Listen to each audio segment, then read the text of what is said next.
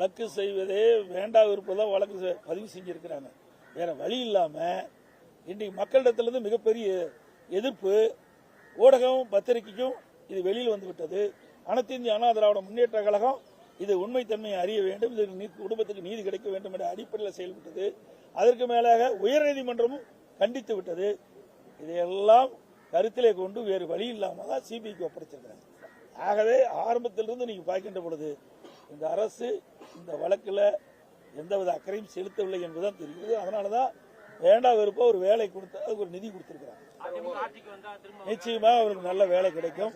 அவள் விரும்பிய இடத்தில் அனைத்து இந்திய அண்ணா திராவிட முன்னேற்ற கழகம் ஆட்சிக்கு வந்தவுடனே அவள் விரும்பிய இடத்தில் வேலை கிடைக்கும். இப்பொழுது கூட அனைத்து இந்திய அண்ணா திராவிட முன்னேற்ற கழகத்தின் சார்பாக இன்னும் ஒரு 3 நாள்ல அது செக்கா கொடுக்கணும், கேஷா கொடுக்க முடியாது சட்ட ரீதியா. அதனால எங்களுடைய சட்டத்திட்ட விதிகளின்படி, எங்களுடைய கட்சியினுடைய விதிகளின்படி அந்த குடும்பத்திற்கு எங்களுடைய மாவட்ட செயலர் மூலமாக 5 லட்சம் ரூபாய் நிதி வழங்கப்படும்.